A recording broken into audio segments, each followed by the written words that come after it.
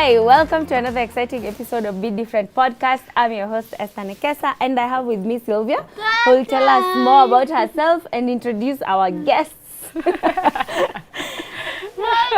Hi, my name is Sylvia Mochabo, Dr. Akinsiku. Bradley, please sit down. I'm a parent, a caregiver to 3 boys. These 2 are neurodiverse, meaning, they are on the autism spectrum disorder. So be ready to be entertained and welcome to our realities, because he has ADHD, meaning he cannot settle. He has autism, and of course he will cope in. Mwah. Thank you. I love you too. I'll sit here with me. I want you to sit. You want to sit? What's your sitting? Ducky. Okay. So this is Andrew in blue. Bradley, come. Sit here. Stand. You want to stand? Stand here then. What's your name? Gladly. What's the other name? And Mom, it's Andrew's.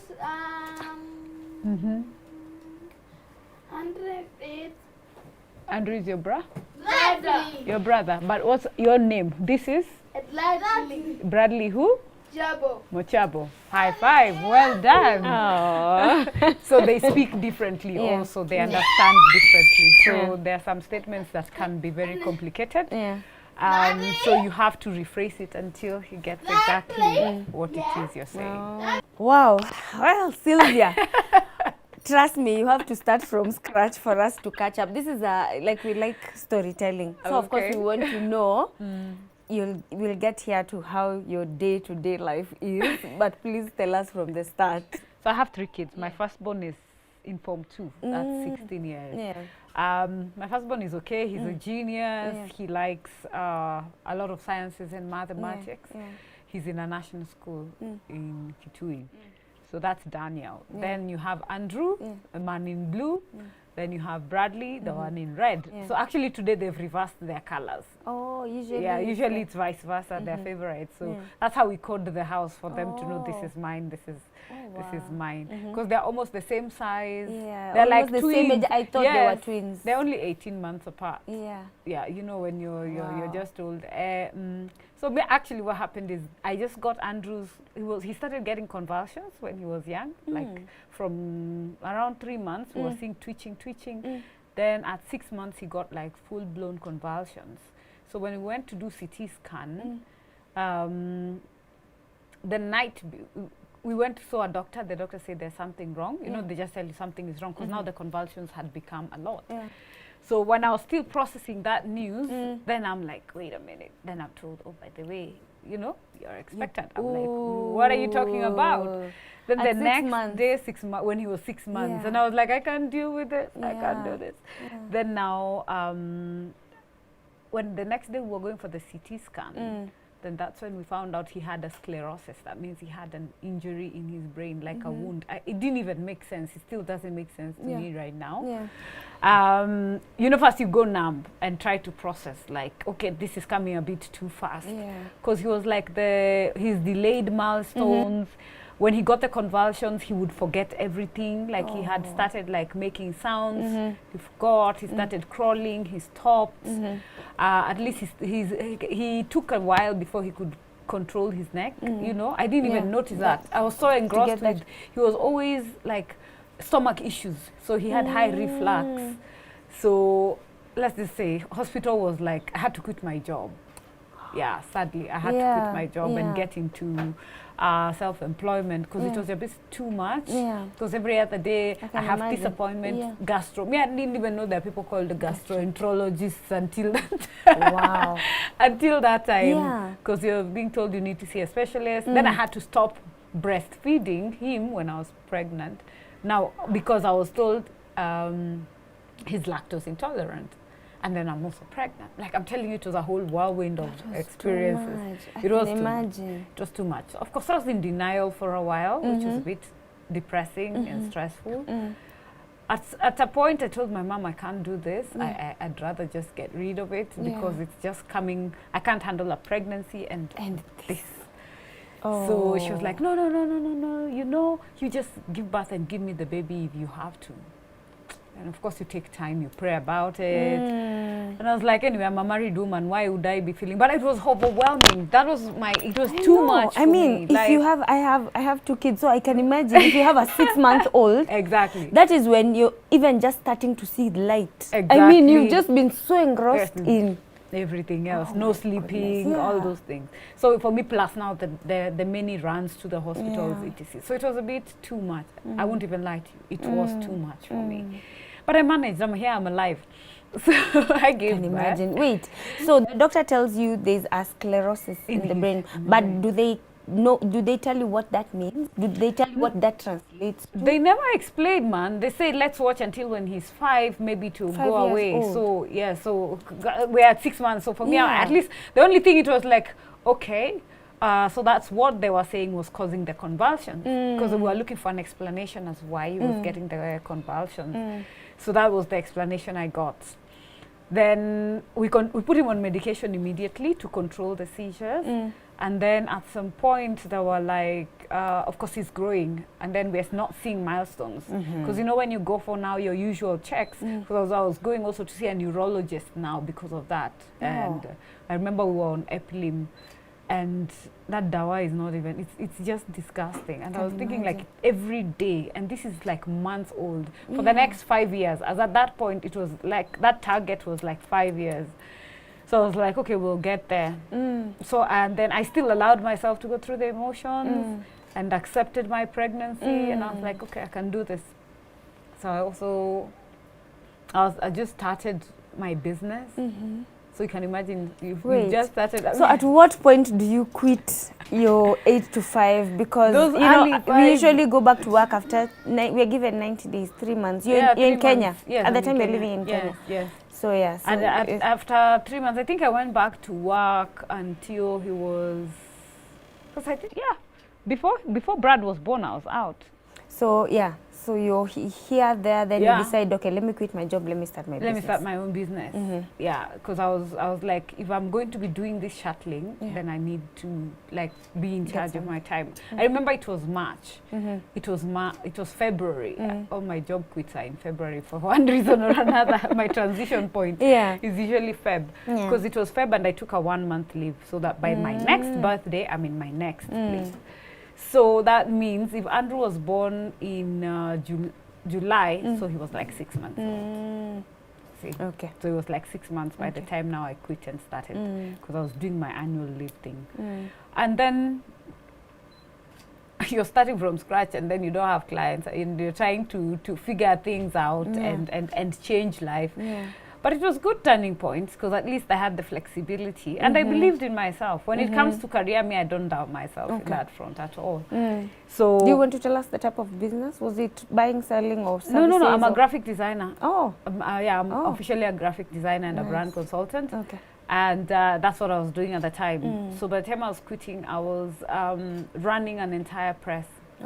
So I was like, okay, you know what? I've worked in a printing press, so I was doing like sort of like the middleman for printing. So I get the clients, I get the print sorted, and we still do up till today. So I started Tech Hub Services from there. I just approached my former boss, because when I joined them, their profits went from, I streamlined, put in systems, ran, so he knew what I was able to do. But then when I left, it takes 5. Everywhere I leave, it takes like another 5 people to replace me. Sylvia, that's good. Can you imagine? Minus bragging. I'm just saying, you have to be good at your job and teach yourself. That's why I always encourage when I'm doing my mentorship sessions, I say work in a small firm, because you will learn so much. Because where I started from, I started as a secretary. Okay. So secretarial work I know how to do. I was doing the bookkeeping, so I understood bookkeeping very well. Then now I got into reproduction. It's a part in printing, so I understood that. Then now I was running operations, because it's scaling up the system. And so then operations, and then when you're in a space, learn as much as you. It's an opportunity to learn, like anything. Ask all the stupid questions. So I did that, so I became very good at it. When I joined Elite, this second place, then now there I was able to interact with guys who owned now the big presses, and I'm the one who used to take the jobs there. So there was these guys who they took me in, So, and he passed on like, in January. It's called a shock.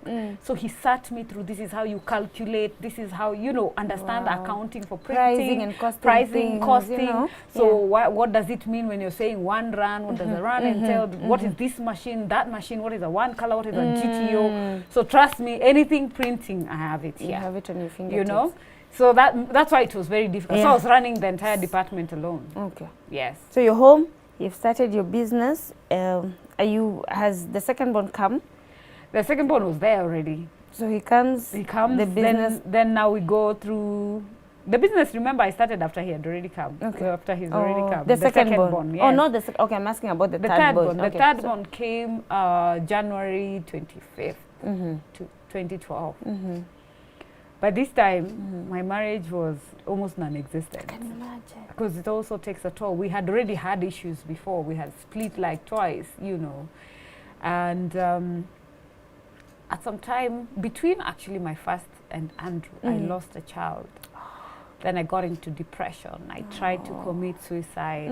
There was so much. When they say, when you get your first, you're being asked when is the second, That pressure, I know it. There was so much family pressure that I was just like, you know what, see, I can just get out of this equation. There is already one child. Yeah. They'll be okay. They can handle that one. My friend, depression is real. Yeah. When you're in it, you don't realize you're in it. But everything that sounds abnormal for you makes perfect sense at that point in time. So at least I went through that. So now when I was going through this pressure with the two and this news, I was able to get myself out of it. So the marriage is non-existent, meaning you guys are not even talking. You're not even talking. You're like, you come and sleep. Food is in the kitchen. You'll enter the kitchen. What are you doing about money? As in for health, like the those were the kind of fights we were having, because I was handling most of the finance. And then now I've quit my job. Of course, you need to take it up. Like, you are head of house, like, grow up now into this space. I've never said this. I can imagine, just let it out. So it became, when I have this child, I have a newborn, because now the second born was also preterm.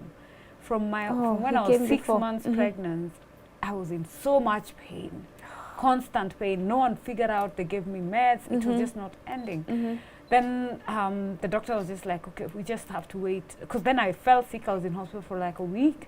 After that 1 week, they were like, okay, you know what? We have to get this baby out. Immediately, we hit week 36. So I went for CS. Okay. So apparently, all the pain was from my inner CS opening up. So my previous wound, because the pregnancies were too close, the previous CS scar was opening. So there was two things going on, because I was having two different pains. Because there was a constant sharp pain here, then there was pain now, abdominal pain. So that is exactly. So they were like, had we waited another 24 hours, none of you would be alive, So I was thanking God that I was actually having a very experienced doctor. So Brad came out, but still the pain didn't go. So it was now immediately, like 3 days after I was running from specialist to specialist trying to figure out. The funny thing is, I went to this doctor who told me, lie down, fold your knee. Is the pain there? Put it down. Is it there? And I was like, oh, you have appendicitis. I'm like, are you kidding me? All this time? All this time I've been suffering. But I was like, thank God we found out what it was. So I was scheduled for an appendectomy. 13th February 2012. My son was practically 14 days old. On that morning. Now, are you breastfeeding him? Did you know you started breastfeeding him? I'm breastfeeding, but there isn't much. Yeah. Because you see, there was the pressure of the tension in the house. The pain. The pain. So that day I was going to hospital. Is the day our marriage ended. That morning. For appendicitis. Yes, so I took myself to hospital. I called my mother. I told her, I'm leaving this child. Yeah. I told my neighbor, you guys breastfeed. I'll be expressing and I'll be sending it. Because I can't go to theater with the baby. So that was the contingency plan. Then I called a neighbor. That time I didn't have a car. So I was like, just bring for him to me once a day so I can breastfeed until I'm back. My ex had the audacity to ask me, oh, that car you're asking, where's the fuel coming from? What? So anyway, me, I was out. Whatever I found out that day, I was done. So I that told my morning you parents, I left. told the other side, I'm done. I was out. I told my mom, no, this is over. It's totally over for me. And after I left hospital, I had my surgery. I left hospital, I came home, auctioneers came, because now it was plus financial crisis. Yeah. They took everything. I followed after them. I was like, you know what, I can't handle all this plus taking care of grown up. I'd rather do this. I know this is kids I'm dealing with. So that's what exactly happened. So you leave the hospital, you're going where? Home to your mom's? I went back to my house. Then like a few days later, auctioneers came. So after that, I was like, okay. So during that time, remember, whatever I found out, there was no talking, no nothing. There was like a China wall in between. So, because I was raising this child in darkness, power had been disconnected. There was no water in that house. You know, sometimes people see me and they don't think I know what it is. I'm trying to put myself in your shoes, man. So where's the other baby? At this time? Who else is in the house? Is there a support system? Are there people? The time I was in hospital, my mom came. I remember my sister-in-law was in the house at the time, and I had a nanny. Okay. But still. So, of course, when I came back, my mom left. My sister-in-law left. It was just me and the nanny and the kids. And remember, we still have hospital runs for this one. Yes. We're still experiencing all that. Then I have this newborn who was in ICU, stayed in ICU, came out, so he's preterm. Then he stopped breastfeeding at 3 months. Because there was so much stress, I didn't have enough. You know, me, I weaned my child. The way they say exclusive, whatever really walianza kukunywa alternatives from that point. At that time, I needed to get the formula, and it had to be that the special none, and I couldn't even afford it. I can imagine how expensive it is. So when I left the house after the auctioneers, I had nowhere to go. I went to the next block. I asked, is anyone moving? They said, yeah, there's someone who wants to move. I left my things there.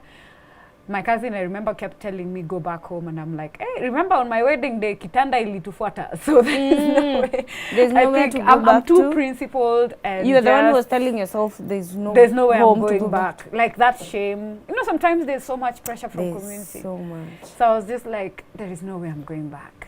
There is no way. I have to make this work my own way. Where is your firstborn? With me. He's there with me. At that time, I had like a newborn, and then I used to tie the other one, the back. Then my other son, he was like 4 at that time. Yeah, around 4. He would carry my handbag. So we lived like that for a while. I left, I went and stayed with my friends for a few days. So you can imagine, it's 3 weeks, and I've gone back to work because I had a project I needed to finish. So, and it was my only source of, like this, if I need to get this money to get a house. Okay. So I went, one of the meetings I had with the person who was plugging me in, he was like, he's looking, what's going on? So I broke down that day. And I was like, this is it. Because when he called me, I was in hospital working. As in, I've given birth, mtoto wako HDU, HDU, I'm working. It took the doctor to tell the nurses, can you take away all these things? You have gadgets? What are you working on? I had my laptop, I had paperwork, like this job, the job cards, trying to schedule, trying to do the math calculation of costs. Uambie client ni pesa ngapi alipe deposit. Exactly. Utumane watu wakimbie. Oh goodness. Yes. So me, I was like, I need to get out of here as soon as possible, because the more we stayed, the more the bill is going up. And knowing the situation, there is no damn way this was going to fall squarely on me again. My other pregnancy, I had to bail myself out, and there is no way, because now it got to those ones of calling my friends. Then one of my friends just asked me, aren't you married? Do you know how heartbreaking that is when your friend asks you such a question? Like, you've given birth, like your husband didn't know you had 9 months to plan yourself. It's very hurtful and shameful at that time. That's when you're like, oh yeah, actually, very prudent question. I know. You know? But I won't go into the details, but that was now, while we were in hospital before I found out what I found out. So when I left hospital, then found out what I found out, that's when I was like, I'm done. So that, because that question kept ringing, even when the auctioneers came, and then there was this issue, like everything was just piling, and I'm just like, what is happening? So I left things I told the caretaker nikaziacha huko chini ya stairs. My friend said you can stay. I went back to work. So you can imagine I'm leaving a 1, 2, 3 week old child in the house. Ile nimemwe. I've already put him on none because I didn't have milk. There was too much pressure. So I left and I went to work, did the basics. Client made a deposit. I paid for a deposit at the house. Went and moved. So you can imagine, I have how many, you know, appendectomy is like 3 stitches plus the CS. Yes, how are you even walking? You jikaza. What do you do? What options are there? Hitting the street is not an option. Hitting the office was my only option at the point. So I went to work and made sure that project ran. Took off. I made sure everything was given, organized for the production, settled in this new house. Then, of course, life was not so easy because you see, it's just a small, it just jump-started. Because you can imagine paying a deposit. There were things that were not there in the house. Moving is so hectic. I remember carrying things and someone is like, are you nuts? Are you carrying them by yourself? Of course, I can't afford. And you know I'm carrying them where? 5th floor. Same neighborhood? Or you moved? A bit of a distance, same neighborhood. Because my child was my firstborn was in school. Oh yeah, so you can't go. I couldn't start also plucking him out of school. And I couldn't afford, because he was here in Oshawa. Transport. I couldn't afford to move him from Oshawa. It was a government school. Yeah. I'd already moved him from a private school. And later on, I found out that after this split, he was going through a lot. He was being bullied in the new school. Because I've trained my kids to be very polite. And guys were bullying him and he didn't know how to deal with it. So I was just seeing he had stopped being that boy I knew. So in the meantime, I'm trying to handle this being alone thing, managing the medicals. I needed to take this. This is the time. Newborn. Yeah, mom to a newborn. Then I'm being told, by the way, you need to take him for an assessment for autism. We have never known what autism is. Who is telling you? At what point are they telling you? At this point, now Andrew, the middle child, because by now he's not hitting his milestones. So of course they're concerned. Yeah. So I was like, okay. So you're being told this. How much is it? Yeah. No, how much is it? And I'm like, I can't even afford his meds. You're telling me to take. So by that time we had split. We were trying to do this co-parenting thing, and it wasn't just working. Because it is, I need to do this. I can't afford it. I need to do this. Do it. I'll refund you. When it's time for refund, it was more fights, and it was draining. I already had enough. So I decided, cut it. I'll do what I can for my kids. So I used to leave the house at like 9 when what do they call it? Peak season, peak fare has gone down. So I had a budget of 50 bob a day because my office was here in Westie. And at least thank God I had a free office, because if I was paying rent, I'd be so dead. Yeah. So I went in the evening. That time I take water, like turungi, without bread, because the boys need to, you know, the firstborn, you can only afford half. Mkate nusu, you pangad it, the nanny, and then you go to work. Unless someone calls me for a meeting or a lunch hour, you survive the day. In the evening, I would work late until 10 p.m. when fare was 10 bob. I'd eat a banana maybe when it's so bad. I'd eat a banana and water. So I was like 48 kilos at that time. So this is the biggest I've actually ever been in my life. Really, Sylvia? Yes, now I'm fat. Can you imagine? I was 40. I used to look like a baby. My bone, like if you saw me here, like you could count my ribs, etc.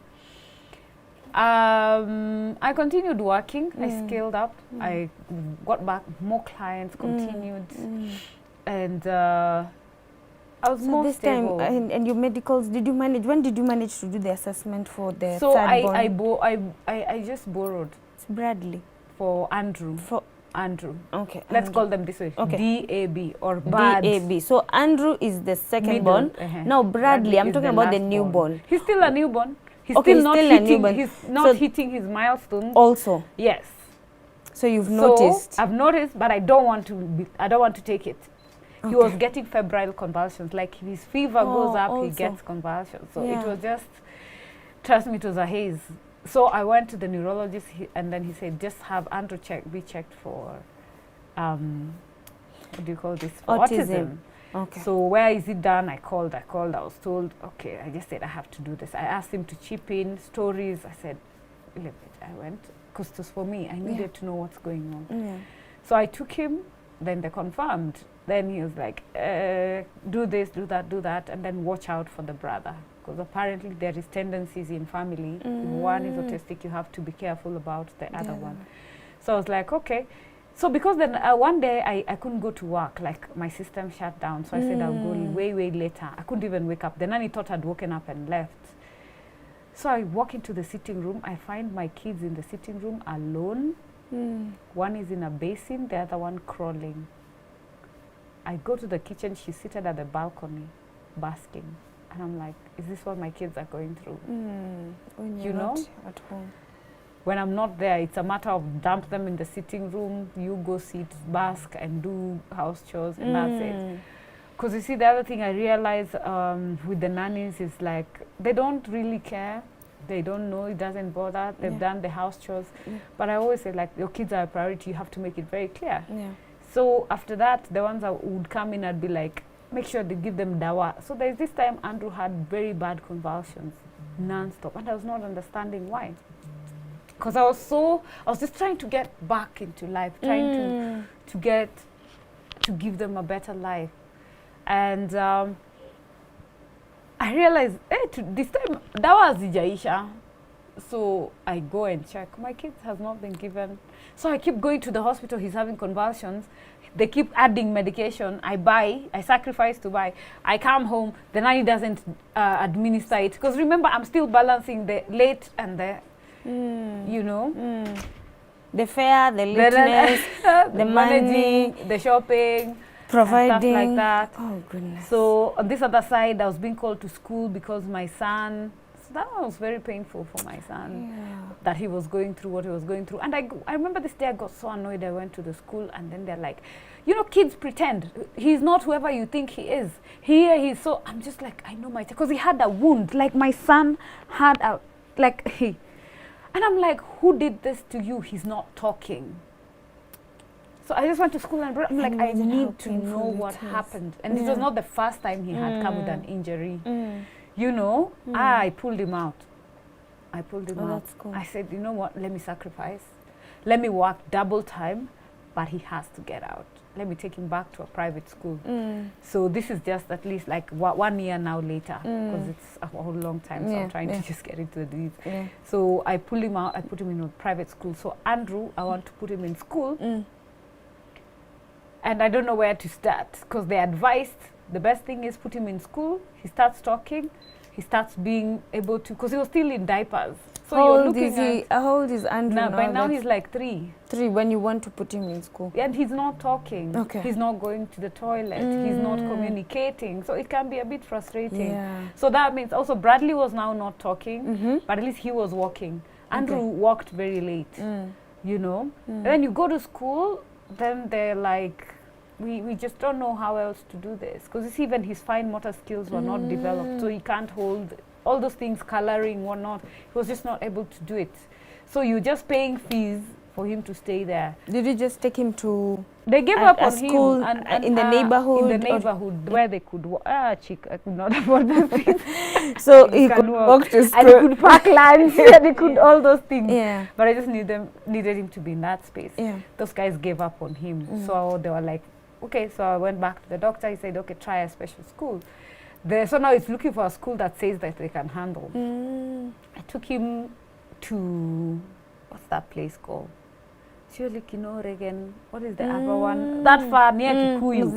Mudhiga, that side. Mudhiga, actually, Ukombele. Every morning was so cold. Thinking that he's leaving in the morning. You know, those sides are so cold. It was very cold. I still look at those photos because I remember he had lost his first front tooth. He was looking like a bunny. And then he's going to school. So I decided to also start the other one. So I put him there first and then planned. I had to do things in phases, economic. So I'm working double work time so that everyone can, you know, align nicely. So now I put Bradley there. I think it was Sunnybrook or something like that. so he started well. So at least I found a nice teacher. But I remember after the first 2 terms, the head teacher called me and she's like, this one is not making any progress. I tell you, I looked at that report form, I cried. So the 2 boys went to... No, the other one was still at home. I put him in a daycare, still walking distance. Because this one now has to be transported. You have to be keen on your expenses and stuff like that, and learn how to balance it. Because now I'm looking at, if Andrew is going to school and it's far, I have to pay for transport. So if I'm paying I had to meticulously plan what is being done where, every coin counts. Shopping is this amount, like that. So I did that planning. I would save. The best thing is I would do it that way, then break it down to per month. So I would make sure I put per month. Then I opened bank accounts for all of them. So every month I put it in their account, not my account. So that way it's easier. When time for fees comes, I just use their account and just do it. So Andrew is in this new school and the head teacher just tell me that everything is impossible. But me, I was happy because he had started, he knew how to say he's going to the toilet. He stopped using diapers. You can imagine packing school and packing diapers. And this is a 3-year-old. Even that thing of other kids, he's in a class with kids who are still younger and he's still struggling. So for me, I was celebrating that milestone. But the thing with autistic kids, you see as a parent, other people just see what they cannot do. And it breaks you so hard most of the time. And I was like, okay, I was like, let's give it one more term. One other term. And she was just like, you know what, no. Because he was not able to move to the next. I was like, let him just stay. Sometimes you just like, they're more, because you see, even social skills, at least he knew he would learn how to play, he would learn turn taking. And when I used to do surprise visits, I would see him and the way he was just happy in that space, and I'd be fulfilled.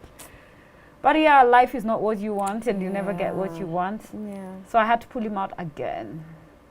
And now, that's cool. Yes, now I had to put him in close by school, just like a daycare. Because I was just like, now, let him just stay in a daycare. And then now I enrolled the brother in the same daycare, which was just like a stone throw away. From the home. Yes. This other side, I was working myself out. At least things were getting better. I would go to work with my firstborn, drop him in school, and then now come. Then, of course, as things got better, I got him transport. And then I moved him now to, I remember, Parkland Baptist, where he was doing okay. Every school has its own story. I know. This young one, after daycare, Bradley, I decided, you know what, now I'm leveling up life. Things are getting better. I'm getting more clients. My business is getting there. I even shifted office. I joined business networking group. So at least my, that networking increased my network also. Are going out and all that. So I was able to give them better. So I was able to even move into a better space. But even within this time, even in this new place, I started being given notice. You have not paid rent, So that's why so you're balancing, but then people don't really understand. But I remember one day I just called the agent. I was just like, you know what, I just need you to meet me halfway. I know and I understand. That's why I always say, never. Me get into a house for agents, forget. The things I saw. Let me deal with the owner. Terms and conditions when I'm getting into a house. Like, am I dealing with the owner? Cheers. So, because those guys are ruthless, man. They come, disconnect your power. I know we all have those things, but then, kila mtu akona shida zake. So, I'd gone back to that, and I'd shown my kids will not get to see some things. So, I continued. My business was now picking. It was doing better. The kids we see that what people don't understand. If a nanny works one day and goes, my child has grown for one day. That day has gone. Exactly. I'm moving. And it's so painful. Oh my God. You get so hurt, by the way. You become numb. You become numb. You get hurt until you can't feel some pains. Some pains just become just irrelevant. like we keep moving. We are moving. Okay, unaenda. Aya sawa. Pesa yako ni ngapi shika, my friend? Another one. Another one. You don't even know. At some point, you don't even want to know that. It's just like, thank you. Is it work? Is it work and work and work and work? After you see this one can stay, that's when now you pay attention. You start opening up kidogo. Okay, I totally understand you. So there is this time one of them came. I had told her, when you're on phone, I had some guys who was my plug. Like he used to change like every 1 week, This one comes and tells me, Hakuniambia watoto wako wako hivi. Akia, I was furious. You know, when I have tried to explain to you, and it's not like we had not even had the worst of situations. They were just hyper, you know, and they were getting medication. I just told my friend, Dile mlango, don't put labels like that on my kids. My kids are kids. They're just kids. If you can't deal, hakuna mtu amekulazimisha. And you know, parents, we need to get to that point. You don't hold on to someone who's bad just because. Yeah, because you're like, guy, where will I start again by the time? So the other thing, as that is happening, the problem was, Andrew, anytime you change something, he would get convulsions. So any new person comes, his routine changes. It was difficult. And that time I didn't know anything. So I've gone to KNH, I've gone to where, I've gone to all places trying to get a solution and try. Because that time they're telling me therapy. I'm thinking I'm struggling to feed these kids. You're telling me I need to take them to therapy. How much is this therapy? Like 1,500 per session. And if you go to KNH, where it was a bit cheaper, but there was nothing like therapy going on. Now that I know what it is, there was nothing at that time back then that was going on. Yeah. I sit there. By the time Andrew is being seen by the doctor for appointments, because I could no longer afford that neurologist that I was seeing. So I just went to public hospital so that at least that one. But then you sit, I would check in at KNH like 7:30. I'm seeing Uko 11. This child has wasted me by the time. Cried, done this, I've fed everything, I'm over. And remember, I have to. And then like this.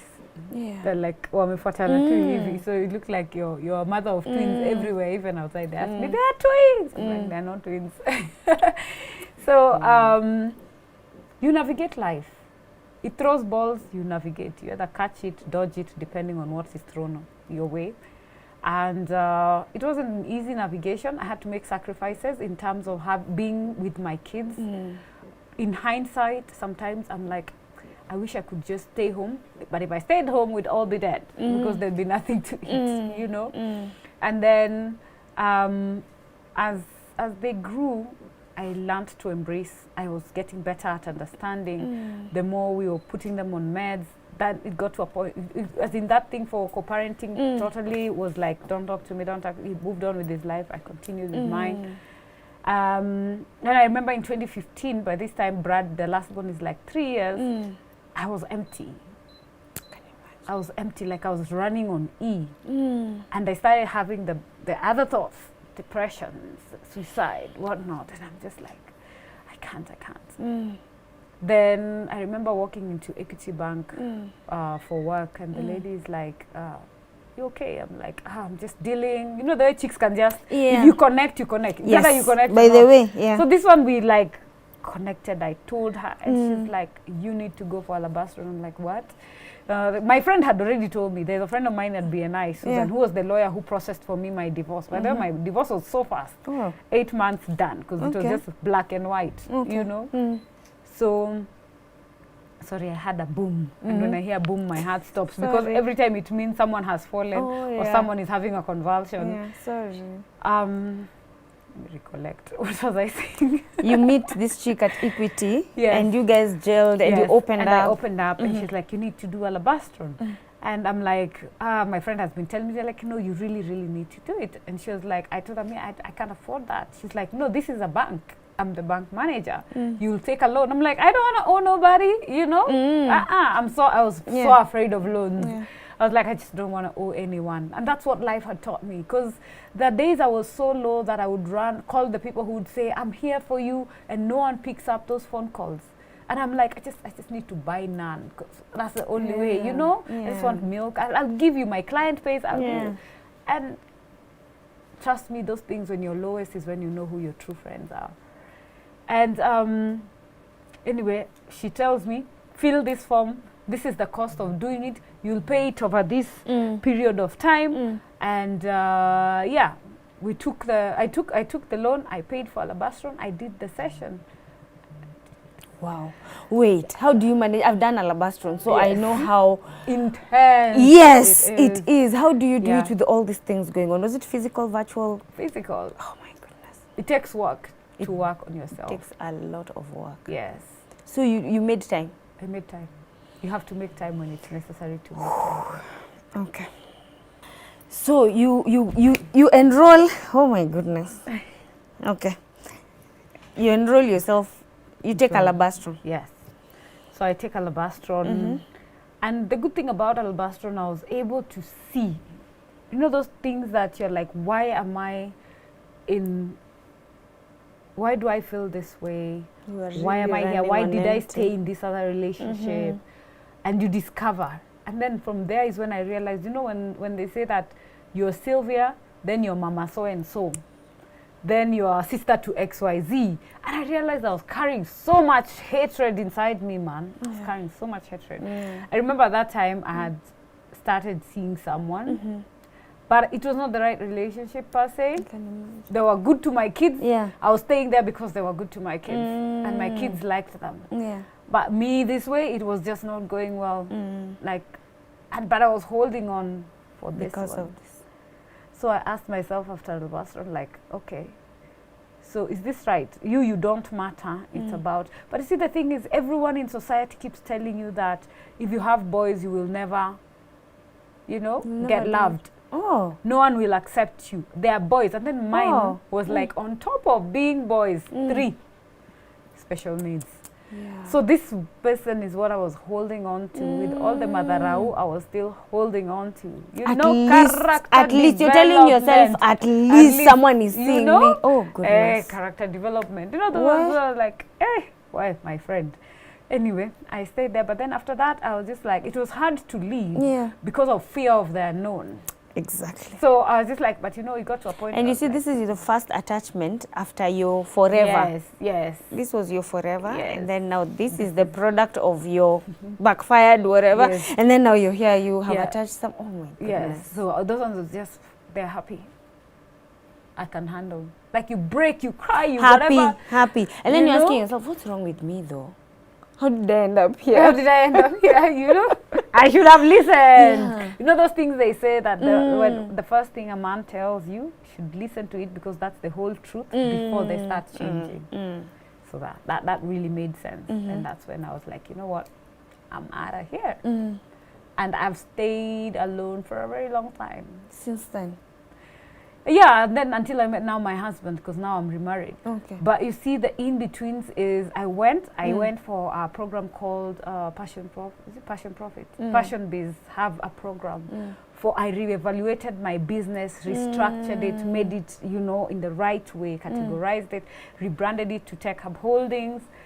And I was not doing bad. You know, I was moving forward. I was expanding and it was the right time. I set goals and I was going for it. I decided I'm going to buy land. I'm going to, you know, because, you know, when you're in a relationship and someone tells you like, dude, I'm too over there for you. Like, yeah, this it hurts. It hurts. And I said, Jesus, if this is what it takes for me to be worthy, let me work on it. So I shifted all my energies to my business. So tell me, Sylvia, now, when do you know exactly what Andrew and Bradley have? I went for that assessment, remember? You did, you paid for it. I paid for it, I was told. But then now I was processing and trying to understand. I was trying to do the things I was told to do. So they tell you one has autism? Bradley, me, I refused. They told me he has tendencies. I was just like, my friend, my child is okay. That's why I put him in a normal school. I was like, no, I don't want to hear it.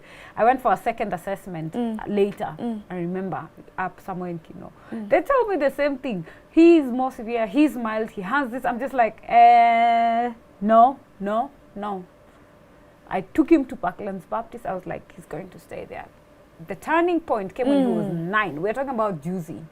After I've worked on all these other things. You know, when you're going for Parents' Day, now I've moved, now I drive, now, you know, I'm living here in the West. And because I had to move. You know why I had to move? What I learned in my journey is, like, Andrew was like the guiding north. I have to put the rest of the family close to his school. How many times was I called in a meeting that he's having convulsions, Zuko Siju Karomaido? I have to start thinking of an ambulance as you fueling Siju whose car to bring him to Aga Khan, because his file was at Aga Khan.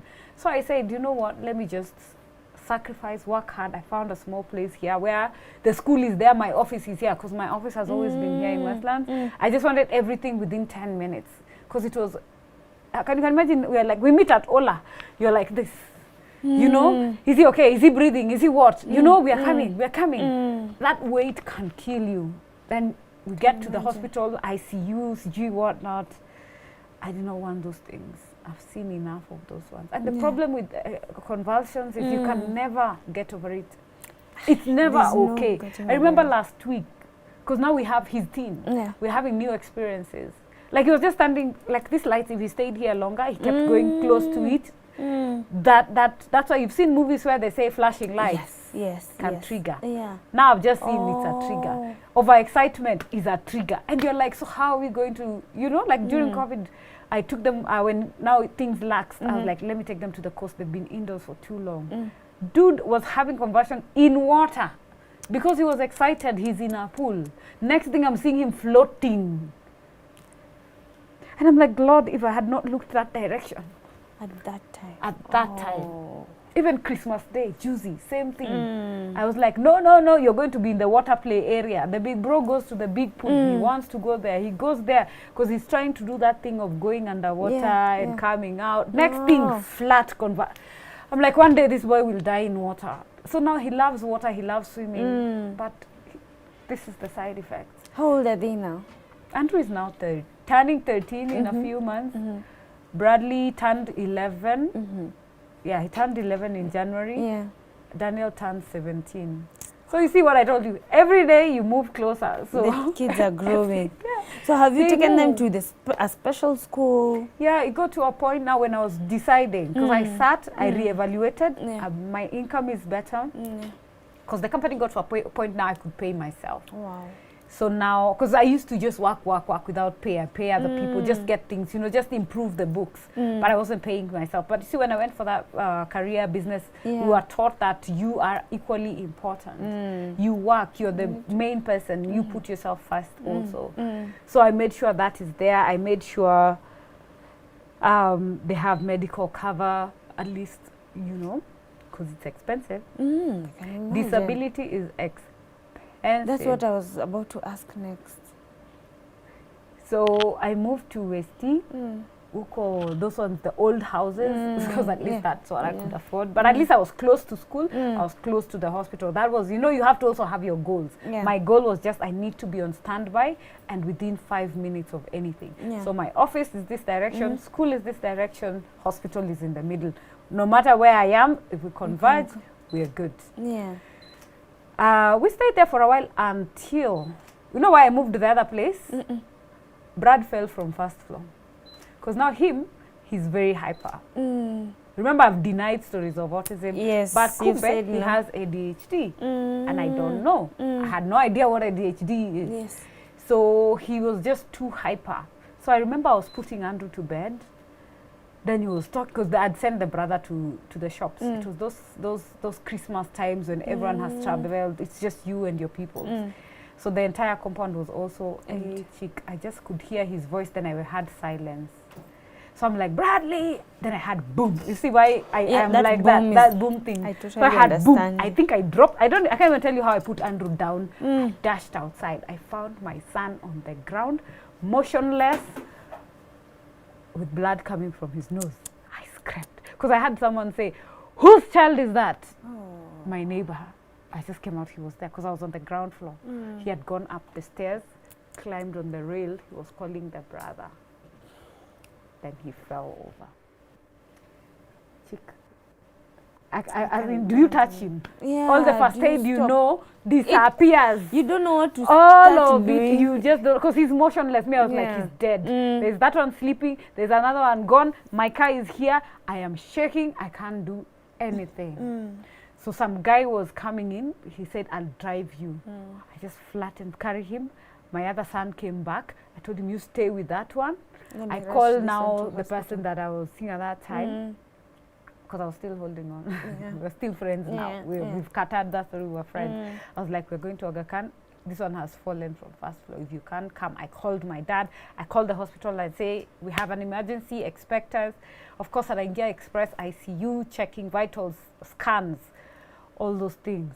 Then then you know God is there, yeah? Tumefika hospitali, when we're in the middle of doing CT scan, a young man wakes up and says, Mom, let's go home.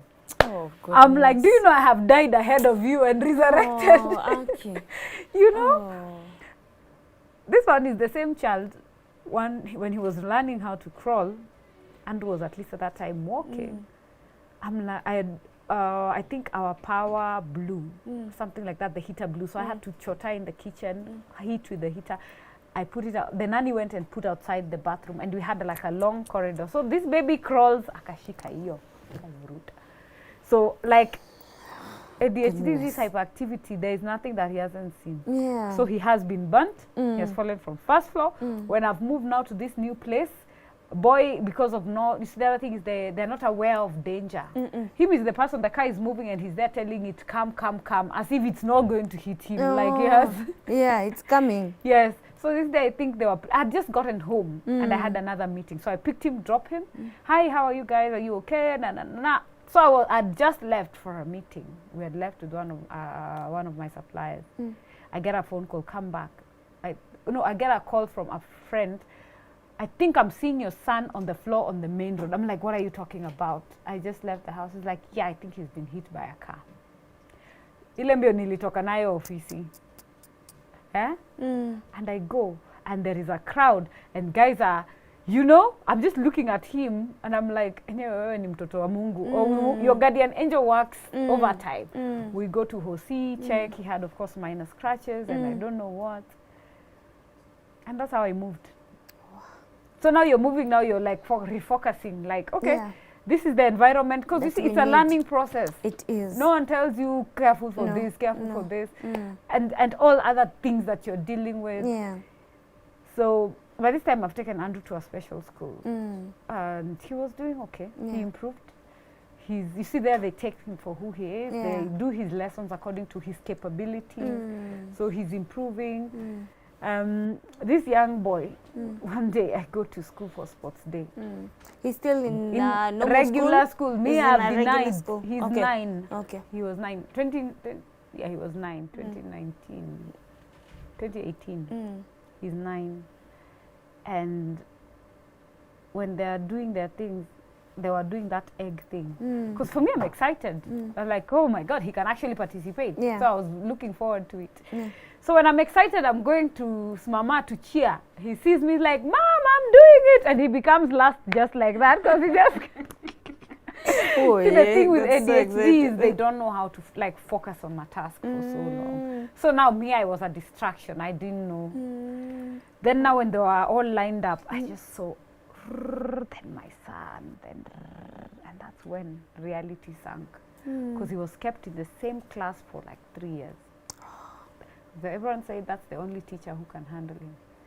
That was my wake-up call. Yeah. I was like, this is not what I want for my child. And you see, what I learned from that myself is like, as parents, we are also the barriers to our special needs children because of our denial, our not being able to process and not being able to put them in the right place. Because because I was like, God, you can't be this unfair to give me 2 children in the spectrum. So you I were had like, already no, gotten 2 diagnoses, and I denied.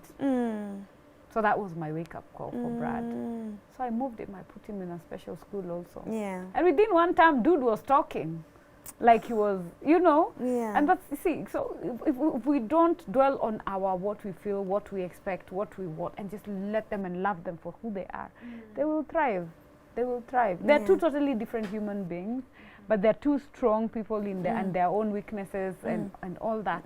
But like right now, after they stayed for a while, even Andrew started talking. Like you've heard, he can hear, he can understand, but he doesn't talk, like he can't hold a conversation more than like 4 words. At least from last year, we've moved to like 4 to 5 words to make a sentence. But his majority of conversation is, I don't want, what's my name? Where are we going? What you doing? Those are the ones. So if you come here with a mouthful of sentence, he'll look at you like, because it's too much for processing. So you see with autism, sometimes the actual age is not the mental age.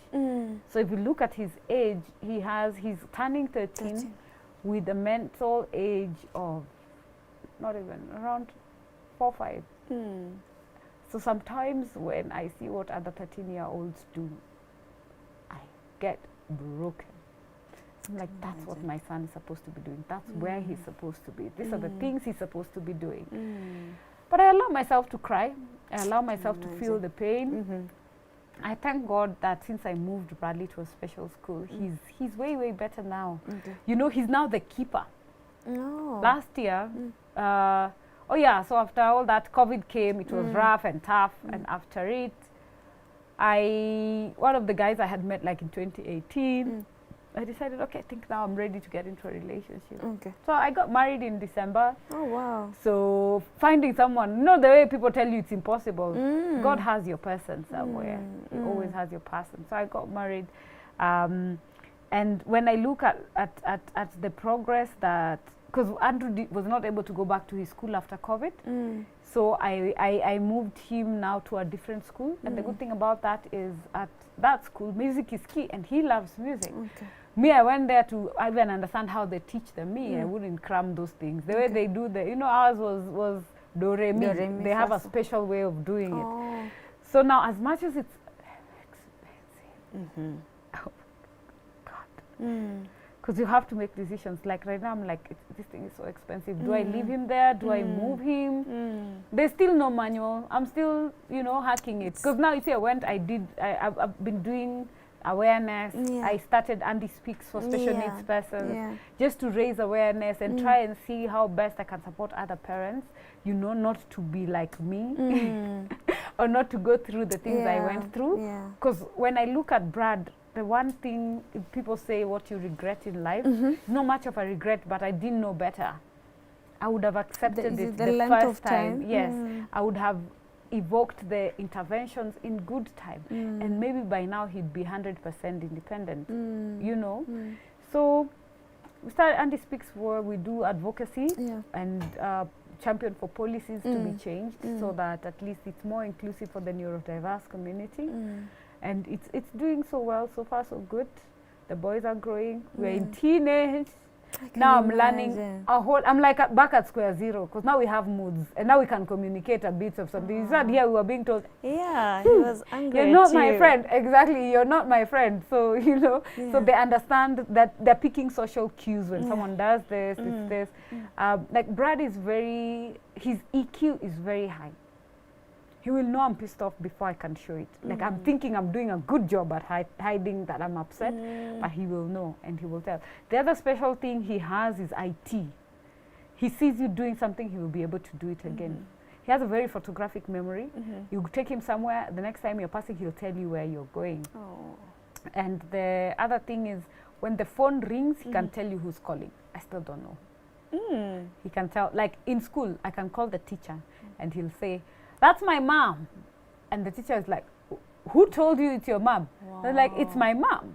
I don't know, like if a phone would ring, he would know. He'd be like, "That's daddy." He's not with me. He's like, he hasn't seen. No. He doesn't know how to read. No. But he can. So I'm still trying to figure out where I can take him to harness all that. And the other incident that happened last year, a friend of mine who's visually impaired, we had gone on a retreat and I'd taken the boys with me. My son took her phone, opened it, went to YouTube, found YouTube Kids somewhere and started watching. So she's like, "Your son," I didn't even know I had these things in my phone. I'm like, "I don't know." She was like, "Do you know he's the first human, apart from any other blind person, who can operate that phone?" Oh, that phone. I was like, "Where? Give me." I looked at it, I was blank. I've ever been blank.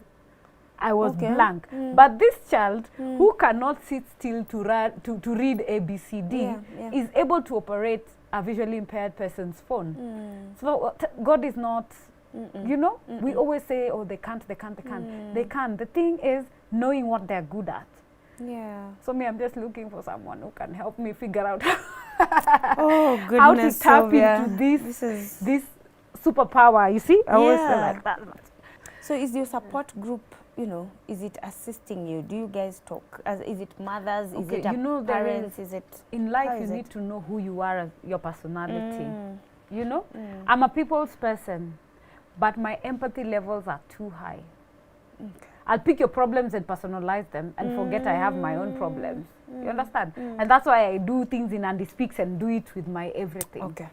So from my mentors, I had to learn what I can take, what I should take, and not forget that I am also a parent.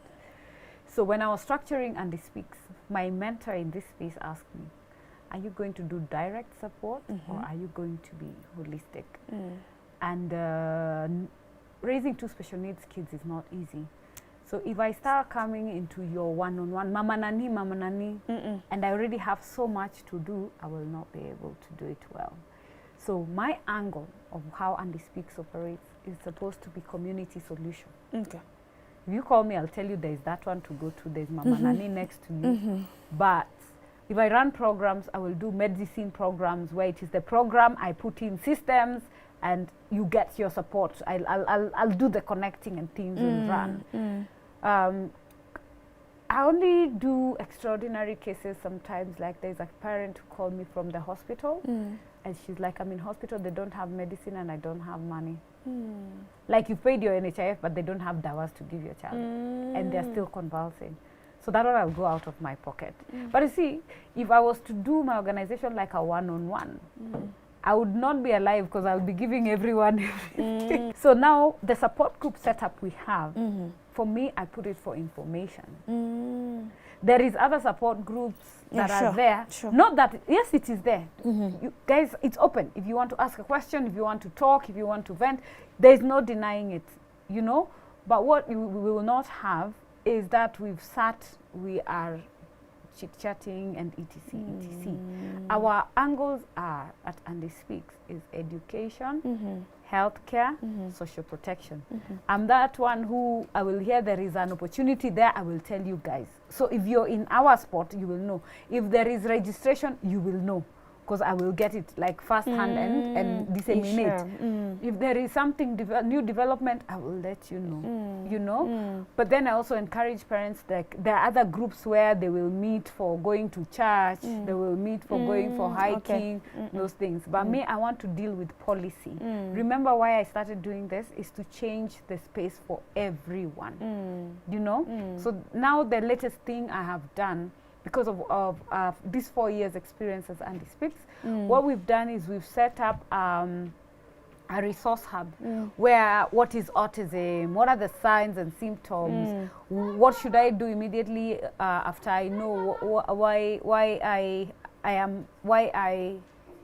I am in the space I am, trying to understand and navigate. So we've done an info hub which has different sections. So you'll go there, you'll understand what autism is, what signs and symptoms, basic management, what you need to do. Then we have a resource section of it where you go. If it's education, we list for you. These are primary schools, private, integrated, you know, or what? These are secondary Where is this schools. information hub? It's a web-based portal, yeah, and a web-based app. So it's online. It's called specialneedsresourcehub.org. So if it is doctors, so why also we are doing this is from listening to parents, there are people who are quacks. They self-teach and come and call themselves professionals. So I want to safeguard. So for me, I'm working with the mass solution. The other day we had a meeting with the KHOPO, the Authority for Medics, to try and curb the same. So we want to be that voice for the community. You know, so we want to put it all together. So the hub is there to give you like this is the people who will be listing will be people we are vetting. If you're a doctor dealing with special needs children, apart from there are those doctors that all of us know. So there are those other ones like if you're new, let me see your credentials, especially with these new interventions that are there. We're having so many people, because I shadowed you for like 1 month, all of a sudden I've become you. And I'll charge cheaper and take your clients. Then this mother is crying that I've been paying and I'm not seeing any because that's not a professional. So that's what we'll be doing. For the schools we don't know, we want to come and check. Is it safe for the kids? Is it, is it correct before we list? It's not a marketplace just for placing we have to verify you. Yeah. And you have to pay for us to be able to do that, you know, so that also it is sustainable at the end of the day. And we're still looking for donors who can be able to support us to ensure that we safeguard the health and wealth of caregivers and special needs persons, and also give them information that is good for them. And there is the caregivers portal where now the other support groups, we will list them. Are you a parent for CP? I want to join other parents. We put for you the link. This is the group. Ask to join. If it is on Facebook, these are the groups on Facebook. So yeah, we are your flag. Yeah, that's really nice. I hope you can write it down. Special needs www.specialneedsresourcehub.org. Okay. So I'll also give you an e-shot. So then we also have the place for assistive devices. So like things you can purchase to help your child learn this, help your child with fine motor skills. If it's therapy from home, you want the therapy ball, you can order it online. Okay. If you want a standing aid, a sitting aid, you know, then in the long term, this is the vision we have. We want to have like, if it's things that parents can do, handwork, or people with disability, we hope to get funds to open that so that people can come, like create employment for parents also. So if you're a parent with any of the skills, tailoring, woodwork, you know, then you can come and we teach you how to make these learning support materials. Oh, wow. Yeah, and we hope to be able to supply them to schools and, you know, and other parents, etc. Wow. Yeah. Oh, goodness, Sylvia. I am so overwhelmed. I must hug you after this. And I wish you well. Thank you so much for coming. Thank you. Do you have a parting shot? The greatest lesson for me, I think, has been you are the only voice for your child, especially for when they cannot speak. Take time to study. If you see something different, take time to see. And then those moments for being discouraged are there. But just a reminder, embrace your child for who they are and not what you wanted them to be.